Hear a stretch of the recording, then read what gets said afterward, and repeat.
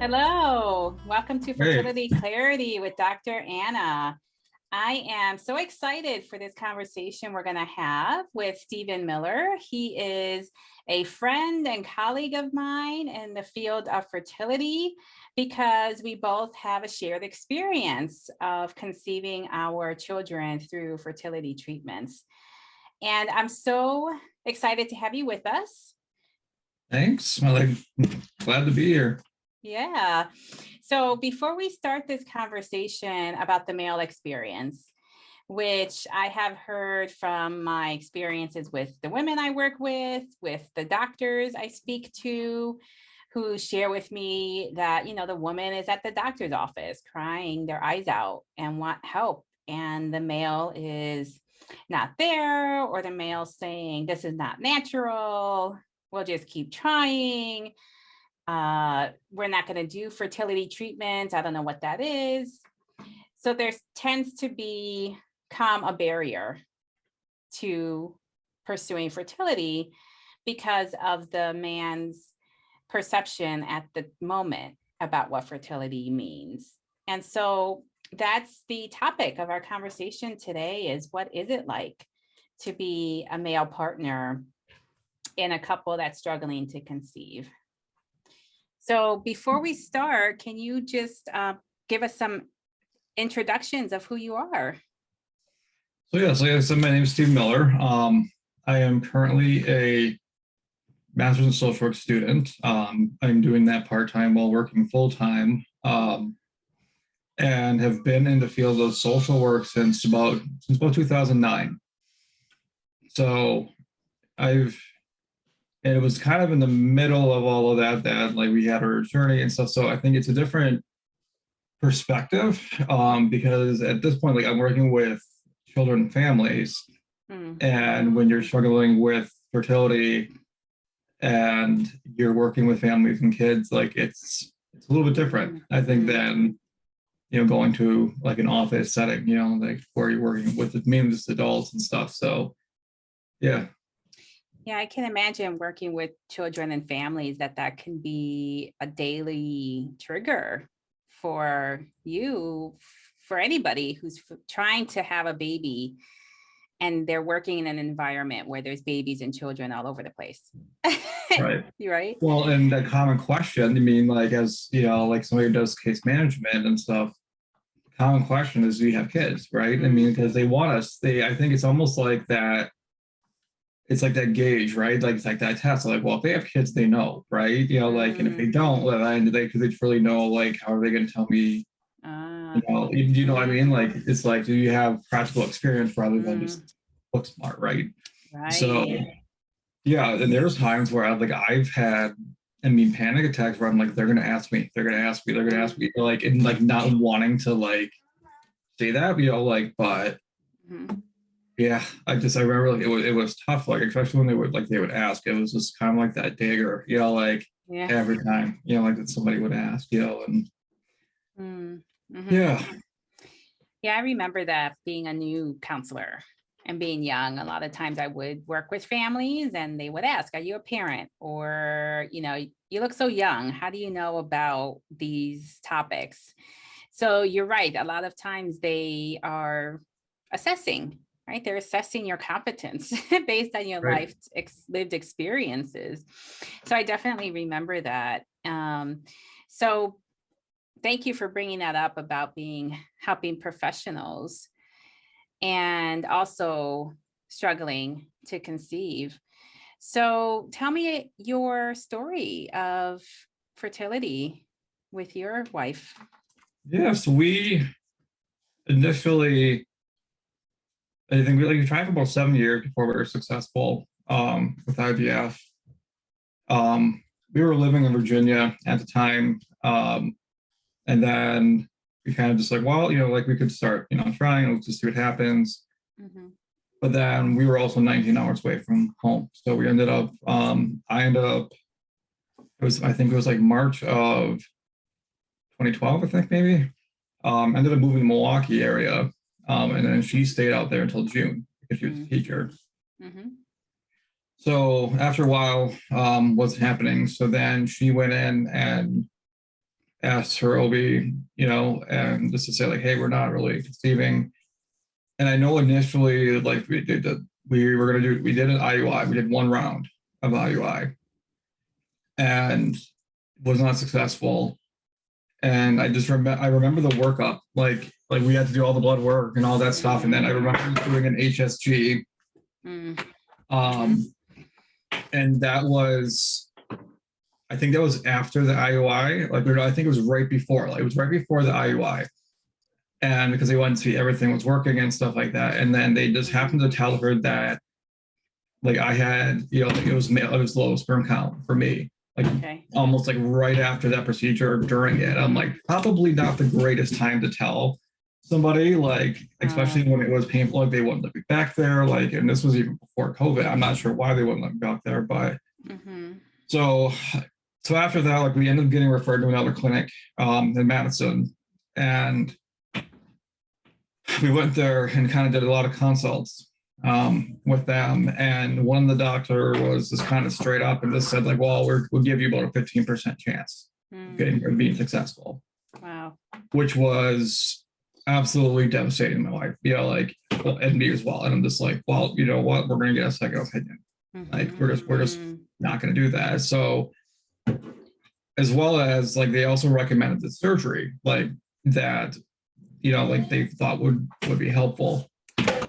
And I'm sorry, Stephen, what surgery is that? So it was called like a turret, I want to say. Like, it was like a transsexual, like something with the ejaculatory duct, like there was a cyst or something like that, a small cyst on it, like. Excuse me. And they said like, like there is some like side, like that could possibly go wrong, like there are some things that, and we're just like, I don't know, like they also wanted $5,000 up front. It wasn't covered by insurance. Okay. So it was just like out of pocket. I'm like, I just don't have 5,000 laying around, like, yeah, I just don't. So we're like, all right, well, I want to get a second opinion, because if I'm going to do this, like, and if somebody else is saying like, yep, go ahead, like, then yeah, I'll do it. But okay. And that was a surgery for the male for you? Yeah. Or okay. Yeah. I see. I understand. Okay. Yep. So we ended up getting a second opinion. Hold on a second. Yeah. So anyway, so we ended up going to get a second opinion at with a urologist in a whole different medical, like health system. And I remember telling the urologist, about like they're recommending the surgery. Like, I'm not really sure, like it's necessary.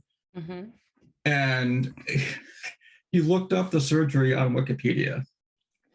Well, that's never a good sign. And I'm just like, I'm looking at my wife. I'm like, oh my, really? And she's just like, are you serious? Like, so I'm sorry. So what I'm hearing there, Stephen, is also, which I know is one of our passions, especially yours, Stephen, is to educate the medical fields. Because part of that story, what I'm hearing is just the lack of knowledge and sensitivity to fertility matters in couples. Right. To look up something on Wikipedia when this is like your life, you're trying to have a family. It's not a simple matter to just dismiss or minimize by looking at Wikipedia. Yeah, I mean, I will even think about more of this, like, you're a medical doctor, you be looking at like journals or like something research based, like but he was able to like make a referral to another doctor. I said, like, well, here's another doctor. Like, I am obviously, this is out of my realm, like I'm not really knowledgeable in this, but so referred me to Dr. Samlow, like at Frater and then Medical College, Wisconsin. I'm not sure how that, but they're partnered together. Phenomenal doctor. Was like really willing to try everything, like before we could, like before doing IVF, really. So I remember he aspirated like the cysts, and then we had to wait to see if their actual, like the numbers would actually increase, and make a difference and stuff. And it made a little bit of a difference, but not enough to warrant, surgery, so I'm glad. So he was very creative and like, well, let's just see if we took basically the fluid from the, and get rid of it, like temporarily if that would do anything. And he was so thankfully that was not $5,000 wasted. Yes, because fertility treatment is very expensive. Right, absolutely. So we then were going towards IVF, and we were working with their clinic and stuff. And right before, this would have been probably June. I don't remember what the year would have been, but like I remember June or July, June, July. It was in the summer. My wife's insurance changed in July. So right before we were about to start a cycle, and like there was some fertility coverage, which is not common. Oh, okay. In Wisconsin, because Wisconsin is not a mandated state. I see. So you got lucky. So, but then it changed to an insurance that did not have it. Okay. So then we had to kind of like, okay. Oh boy. It was not that they would have done like it was nothing regarding the work, but like the style was there was multiple doctors, and you never knew which doctor you were going to see, right? Some people are okay with that, and for us, we're just like we really liked having like one doctor that really truly knew us, and that was a personal matter for us. Like that's this style that we have really liked, and so we were reevaluated, and we're just like, okay. One of her good friends, my wife's best friend, had actually messaged her and said like, hey, there's this place outside St. Louis I've heard good things about. My wife did some of the research, like they had a really good success rate. It was cheaper than Wisconsin, and we're just like, okay. And then we finally looked at the address, and I looked at Google. I remember and it was exactly 5 hours. Wow. 5-hour drive. And I'm just like, to me, that was doable. I'm like 5 hours. I'm like, it's a lot, but it's not horrible. Like it's not. Yeah. And so then we ended up scheduling a consult with the doctor, and like the doctor called us like at 7:00 at night, which to me was like unheard of. Like for them to like, really just like to meet us at a time that was really convenient for us because we were both working, full time, and we just kind of explained like all the steps that we've already taken and everything and stuff. And he said like, they really give us 50% chance. And he just flat out said like, oh, we'll take it. Like it's not like he said like, well, I think you have more than that, but like let's try some stuff out. So yeah. So we ended up going there. Yeah. So Stephen, in your story, there was a couple of points where I wanted to check in with you about the male experience and the male role in the journey. And so the first one was when you first found out you only had a 15% chance. And it sounded to me that you, as the male in the couple, you stepped in and said, we need a second opinion first. Was that accurate? Pretty much. I mean, like, I didn't want to take that, like, I was like, I knew like, it was hard because I think during that time, I blamed myself a lot, especially for male, like with having male fertility. Because I remember even beforehand and we got tested, and I just remember like saying, like telling myself, like, I pray to God it's not me. Because like I knew that like it would be hard for me to accept, and just knowing like how much she's wanted to be a mother, like and wanted to have children and stuff, and being that I was like barrier. Now, granted, in this case, we both had stuff. I mean, she had diminished ovarian reserve, and then I didn't, so it really was like we both had issues, but I never, like to me during the time, I never acknowledged that she had issues as well. It was always like I put it all on me. You put all the blame on you. Right. So for me, it's like, okay, I need to figure this out. I need to figure out a way, 15% is not going to cut it. Like we need to find somewhere that's going to help it, so I think part of it was like feeling that guilt of like, and there was so many times where I'm just like, just leave me, like find somebody else that you can have a family with, like I want you to be able to have a family, Wow. Yeah. And, she's like, I didn't marry for you for that. Like, and the funny that you tell me that, but internally, I wasn't accepting, right? I mean, you think about like our invisible suitcase of beliefs are about ourselves. When it doesn't match what we believe, right? It's discounted, like, or not accepted. So Wow. Yeah. And yeah, I have actually heard that from other men, that they are willing to divorce their wives so they can find someone else who can grant them the child that they want. right.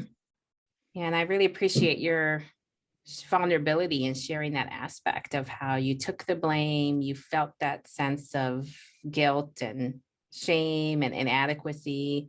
And then as the male, what I also see a lot, which is normative for men, is to go into problem solving mode.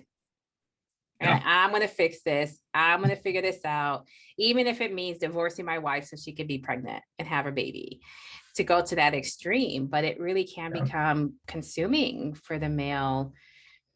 And so how can you speak to how maybe that tendency to go into problem solving mode can affect the relationship?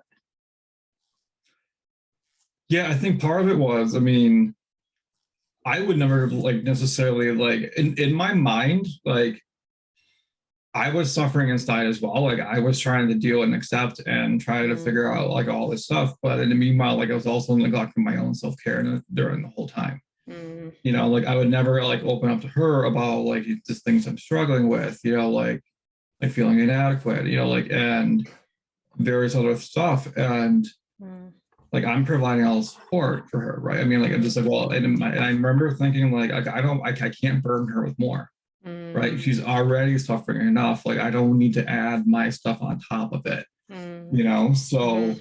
and I think a lot of men, like when the men I've talked to that work through this, you've done the same thing, right? I mean, like we just Right. kind of very kind of like in our mind, we're the protectors, right? Like Yeah.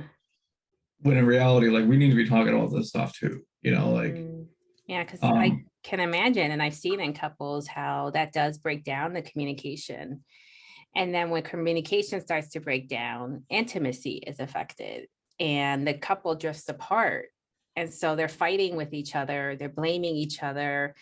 They're both working towards the same end goal, which is to have the family. But because they're both isolating and withdrawing, or one's problem solving and one's going internally, emotionally, or yeah, both of those things, now they're like in two separate cars trying to drive to the same destination, but they're not working together anymore.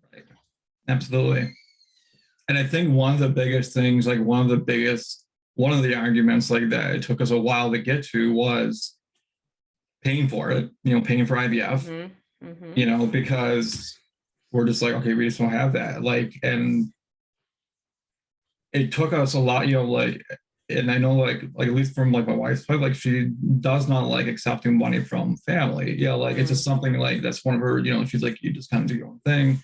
It's one of her values and beliefs and stuff. And we finally got to a point where she's like, what, there is no other choice. Like, I mean, there really isn't, there's no way, we looked at like getting loans and stuff like that, but then the interest was so much. And I mean, that's the one thing though, like I think in New Jersey, right? I mean, Jersey's a mandated state and they have some coverage, like Yeah. nonsense now, it's like you're Right. paying, like I said, out of pocket. So I know like what so my aunt ended up using the inheritance money to this. Both my grandparents on my dad's side had passed away, and so she had inheritance money, and she essentially used the inheritance money from my grandparents to pay for our IVF. Along with my parents helped out as well, like as much as they could, um, and I know like one of the little tricks that we did though, like for IVF, is taking out a 0% credit card. Okay. Pay for meds. There you So go. that was one of the things. I And mean, then, that was one of our smartest moves, honestly. Like, was this, we literally took out one of those 0% for 24 months, right? I mean, okay. so we're just like, okay, well, we can pay this off in 20, like, and then we Yeah. have, like I said, the whole plan was for us. Then we were going to pay back my aunt and stuff, and then my aunt's like, I don't want it, like I don't feel. So it was truly an amazing gift, like, Right. um, Yeah. And what you bring yeah, up is the reality of the finances. And I think too, I know in my story as well, like it was my husband's health coverage that, like you said, in New Jersey, gave yeah, us some coverage. And we also paid tens of thousands of dollars on top of it. And so, but that sense of, I guess, for me, in my culture, being Puerto Rican, and I think in a lot of cultures, like you said, the man is the protector, the man is the breadwinner, the man provides financially. So I know that was an element in our story of like, I may have been the one physically going through the journey, the treatments to conceive, but he was the one financing it and having to figure out how to continue to finance it. Right. And I think that's an added stressor for men in this journey. If that's the setup in that couple's relationship where the man is contributing financially, is that added pressure of, okay, I have to support my wife emotionally. I have to support her when she's physically in pain and uncomfortable. And now I have to support this financially as well. Yeah. Yeah. I mean, thankfully, both of us were working full time. She's a teacher, but I mean, being a social working teacher, we're not reeling in the money either. So, I mean, I don't, I've always been one, you get into a field that you love, if you don't love it, you're not, but, I remember starting IVF and we did our first egg retrieval, and I don't remember numbers. I think she remembers the numbers better. And I just remember her being put under, right? Because they put anesthesia, they put her under, they kind of do the egg retrieval. And obviously can't be in there, for being sterile and all that. I just remember seeing her come out of that room, in a wheelchair, and just looking all kinds of, I would say, drugged up, she out of it, right? And I just remember, because it was on my birthday. We started IVF on my birthday. I just remember thinking in my head, is this worth it? I hate seeing her go through this, I hate, having to go through this arduous of a journey, and just procedures. And I mean, it's simple for me, compared to everything that she had to do, and I think that's enhancing the guilt, that I felt like this was, because of me. But like I said, we both had stuff, but that was that internalized belief that this was all me. We were here because of me. Wow. That's a heavy emotional burden to carry. Yeah. Yeah. I mean, it's funny though, because still even now, it's you look at other family. I think most people think okay, we were successful, right? Our first transfer didn't work. And that was a huge, even though we knew the chances of it working on the first cycle, the first one was small, right? I mean, it's the percentages are smaller, compared to 2 or 3, cycles and stuff. And I just remember I went to go get gas or something like that. And I was driving back, and I remember getting a call, and she was just crying through the phone and stuff and telling me it didn't work. And and my heart just dropped. And I went through a huge, was a lot of I didn't care. I literally, I didn't care about anything at that point anymore. Mm-hmm. I remember I having, drink it once in a while, right? But I remember this was the first time that I felt such kind of so down that I would put whiskey in my coffee. I wasn't going anywhere, but I just remember, it was a tough time. It was tough for her, because she was we put all this money, and we still had embryos, left, and so we kind of, gave it, kind of a few weeks and stuff. And then she was well, I want to do this test, and it was just I think it was endometrial, receptivity array or something like that. I want to say it was one of the tests, and it was extra money, but I'm just like, you know what, like if it makes it different, then why not? You know, like I think it was, I don't remember how much it was, but I'm like, compared to what we're already paid, like, you Right. know, what's another 500, you know, like, or however much it was. And so we did it and stuff. So we basically did like a mock cycle and stuff, and then did the tests and stuff, and didn't really change a whole lot for us. I think maybe a little bit, but and then we ended up transferring in March of 2018, and we ended up transferring the perfect embryo, you know, like, or and then we had a little mosaic. So then we were successful, but it's crazy because like I thought my wife was going to be like elated,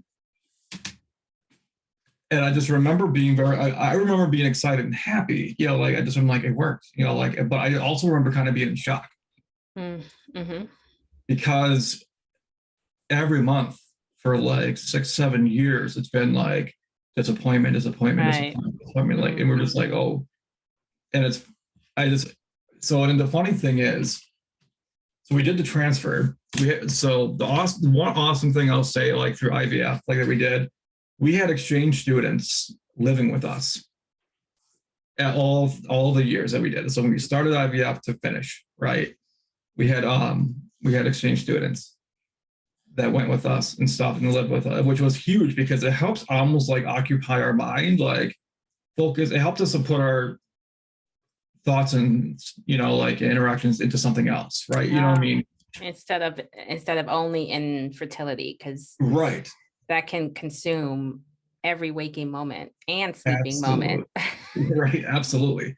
So it gave us something to do. So like, it's funny because like there'd be like parent night because they all did sports, right?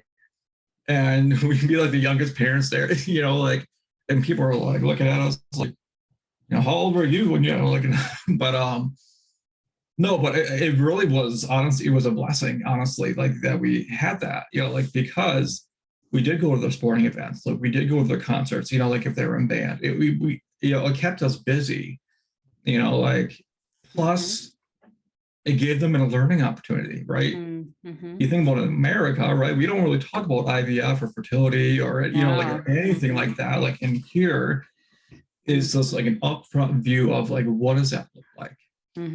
Right. So I think they got some knowledge from like, okay, this is something that happens. And we're pretty open about it. You know, like we're, you know, pretty open. This is, you know, what we're struggling with, is what we're doing.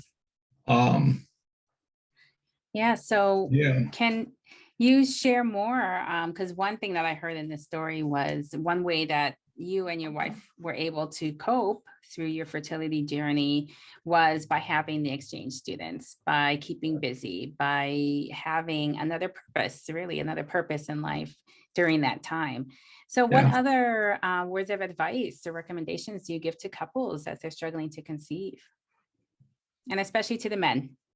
What would you tell the men? I mean, the biggest thing, you know, like I think if I would do anything differently was, I mean, I'd be communicating more, you know, like, and because they want to know what's going on, you know, like they really do, you know, like putting it all on yourselves just adds more, you know, like to it, you know, like, and I have a bad habit of doing that, like even in my work and stuff, like I take responsibility for things that are not necessarily my responsibility, you know, like, so I think really, like I said, that communication piece. And I think if you can't pour from an empty cup, right? I mean, I think about that self-care, you know, like self-care is a huge thing, being able to kind of figure out like how am I coping with this, so then like I can actually give like my wife, you know, like, or significant other, like the, you know, the support that they need.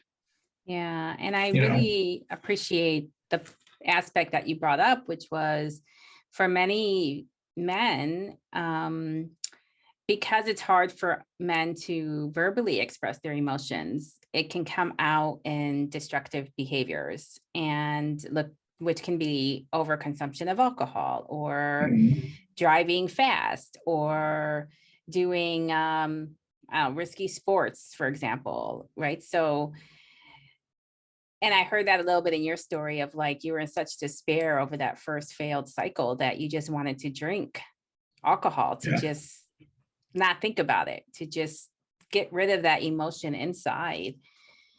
Yeah.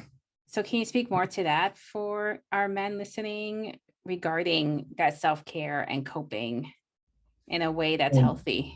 Yeah.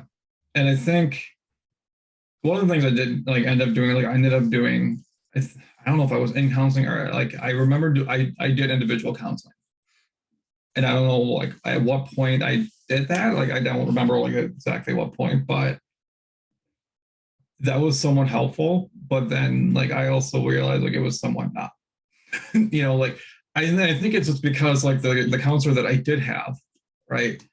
Um the counselor that I did have like wasn't really a whole knowledgeable about it. He knew something because like he had a nephew that had done it, but that's where I was a little bit different. I mean, where I think is like if you had somebody that was like pretty knowledgeable about that, I think it would have been different, But I also had the support though, like of a friend through the church at that point we were going to, no longer are, but yeah, connected, through somebody through our church, because like they did IVF as well, like, and it was just kind of nice to be able to kind of bounce back ideas and stuff and struggles, and having another male, like that's gone through it, like, and I'm not sure what their diagnosis were. Like, I don't think we ever talked about it, but just knowing like the struggle, like is hard, like I know. I know my husband shared that when we were having an interview on Instagram, was that the element of like, oh, when I started talking about it, other people started telling me their stories. Yeah. And then you start realizing I'm not so abnormal. Like this is a lot more common than I ever imagined. And it really took the courage that you have right now, Stephen, to have conversations like this in the open, to engage men in the community of fertility, to tell them and to tell the couples that it's a couple's issue needing a couple's solution. Right. And the couple can do it together. And I really appreciate also you mentioning how when you do find that helping professional, that it's more beneficial to have someone who has some training in fertility, because it's so nuanced and so unique that having that training as well as personal experience, which is something that Shalandra Counseling Services is committed to, is that when you work with a therapist during your fertility journey with Shalandra, you are working with someone who also has a personal story of fertility. And so you've got the personal story, you got the training, and they're also a licensed and ethical, competent counselor, which I think makes for a great combination, a great support team member for you throughout this journey. And so Stephen is part of the Shalandra community. He right now is one of our speakers and community outreach experts. And as soon as he gets licensed, he will join us as a therapist as well. And so I'm really honored and blessed to have you on this episode of the Male Experience with Infertility. And again, I commend you for being so vulnerable and open with your story. Yeah, no problem. It's one of those things that we have to talk about because, I think, Brene Brown, right? Amazing stuff that she does, right? I mean, but the only way to, I think it was Darren Grayley, I think one of her books. And she had said the only way that you can reduce stigma is by normalizing the situation, right? And we normalize that through conversation. That's right. Right. Because when you think about like when we finally do converse, right, and kind of open up, like we realize that there's so many other people that have similar experiences. Yeah. And I follow you on LinkedIn and I see your articles, and you are very much an advocate for destigmatizing infertility.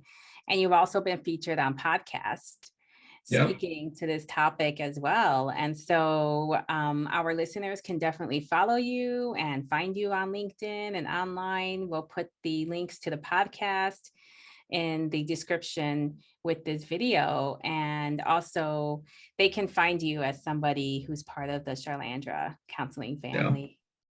So one funny story. Yeah. Right. So, and I've actually, I laughed, but but it made me smile. I was talking to a colleague of mine from my full-time job, and she's in a different program now and stuff. And I was talking with her, and we had a mutual friend, we both, there are three of us work together, and then two of them have gone their own separate ways. And I had ended up meeting one of them while I was in school on Saturday in Madison, because she lives in the area. And she's actually going to be going back to school, which is amazing. I love it when people go back and do what they really want to do. Uh-huh. But the coworker asked, coworker Vicky, had asked Katie, I was like, hey, she said, why are you talking to Steve? Are you having fertility issues? It's already known, right? I mean, just he knows. I'm like, but I had to smile and laugh because I'm like, it's like, I appreciate that people are associating that with me, that's great, but that's not why we met. That is a funny story. But it means I'm getting out there, it's like I said, it's an important thing, and even like I said, I just really want to promote it, even within our professions, because it's not talked about in our classes, and I think if we go about they don't really want to talk about, I'm thinking about people in their 20s, right? They're not thinking about having, a family, at all, so it's not even on their radar, but there's they don't really want to talk about it. If we wait and just be you're missing out on an opportunity to educate people that this is a thing, and I think if we educate more people about it, maybe they can be a better support for a friend. Maybe they would actually be a licensed social worker or counselor and maybe have some knowledge of it. It's just, I think if we start educating from within our professions, we could essentially build more providers for people. Yeah, I agree. And I know you and I together with other advocates are trying to really encourage our professional organizations to provide space at conferences, in their journals, to speak to this topic and to start integrating it into our courses. And because you're right, I didn't have any experience in my coursework. This is something I've learned on my own, right? And because of my own experience, and then I did, trainings. And so we have to change that. And I think too, working with, young adults and older. So young adults, now I'm able to talk to them about reproductive mental health and reproductive health. And some young adults have conditions that do warrant freezing their eggs or sperm for future use. And the same with, and then I talked to the older group or older individuals in fertility treatments who, like me, like a lot of us, postponed having a child because of our careers. And they did that without knowing that, especially for women, our fertility rates drop over time. And so they share with me now, if I knew I would be in this spot at the age of 40, I would have tried to have my baby at the age of 30. So that really speaks to the preventative part of how valuable education is, even if it's just to give them the options and the knowledge for them to make an informed decision. Because they all teach us that. They teach us how not to, right? How not to get pregnant. Right, absolutely. And then it's just they don't listen to the other side. Other people want family, it's just like I said, I think it's something I said, I know we've all done a good job of that, of just pushing and just getting the word out there. Because I think, because one of the podcast episodes I did, it was to the University of Buffalo, and it was with Sharon Compton, which she's an amazing wealth of knowledge. The host itself, he said, we've had over 300 episodes on their podcast, their series, right? 300 episodes that they have done. And we were the first one on this topic. of 300, like, Wow. Yeah. and it just like, and it Wow. speaks like there's so much that we can do within this field, like within social work, within counseling and psychology, like there's so much, There's so much. so And many then, layers. yeah. And then Yeah. actually, going to that male factor as well, which is 30% is female factor, 30% is male factor, and then 30% is unexplained.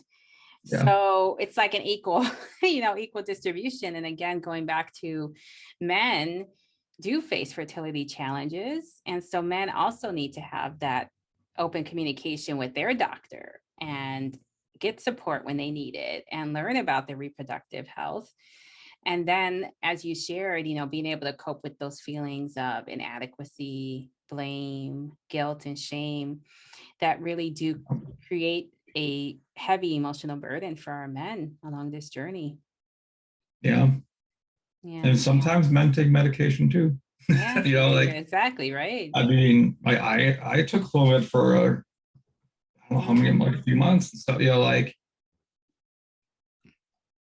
I did what I had to, and that was, so that's, I mean, as a whole other thing too, was emotionally that was tough. I mean, that really, the hormones, the hormone stuff. I remember being in my office and like I was essentially emotionally paralyzed for like 4 hours. Like I just felt like everything that happened to me, like that I thought I had forgotten about, like in my childhood and high school, like just came flooding. Wow. And I'm just like, whoa. I didn't know what to do, right? Like, but the thing is like what I would tell any men that feel like that, tell the doctor, because I did not, right? Like I did not tell him because like I had that fear, right? I had that fear that, okay, like I don't want to mess it up. I've already messed it up. Like I don't want to mess it up even more, so I took it. Like I didn't, like I just kept, like taking it. Like I'm like, if this means that this is what we're gonna have a child out of this, it's gonna be, I'm gonna do it. Like yeah. So I mean, like that's intense. So yeah, it was, like and then like I said, then I continued with a different therapist after that, like and how to work through some of that stuff, like that. Like I said, I think the brain keeps a lot of stuff stored, like until something just kind of opens up the floodgates and it's just like, boom, here it is. I'm like, I haven't thought about this for years, like. And then, like you said, going back to the education is knowing that, oh, the hormones are going to affect me this way, right? Knowing like, okay, I'm going to have a flood of emotions, or I'm going to be irritable, or I'm going to be anxious, or I'm going to feel depressed. I mean, these things start happening. I remember having hot flashes and just these odd things happening, right? But knowing, okay, that's the hormones, helps us to have that resiliency to keep going, because it's temporary, right? And like you said, the end goal is for the child, and so it'll be worth it when the baby's here, and this emotions will pass once the hormones get metabolized in our bodies as well. And then I think just like for a final thought, like I remember like when my boys were born, like they were, oddly enough, they have different birthdays. So they were 6 hours apart. So they have their own separate birthdays. But I remember when, like, because Elias came first and it was Zach. And I just remember Elias coming out. Like I literally broke down in tears, and I remember outwardly saying, like, it's finally over. Yeah. Wow. Like such a long journey, like it was finally over, like. And then Zach decided to take his sweet time and coming out, but made it a little longer. But no, like that's it just profound, Stephen. It is, like it really was such a relief. It was a lot of stress, and like, and I think in the moment I'm like, I'm never doing this again, like, but because it was a lot of stress. I'm like, I've never experienced that, like, and just having to, it was a whole whirlwind, like, and I mean, it was 36 hours labor. Wow. Okay.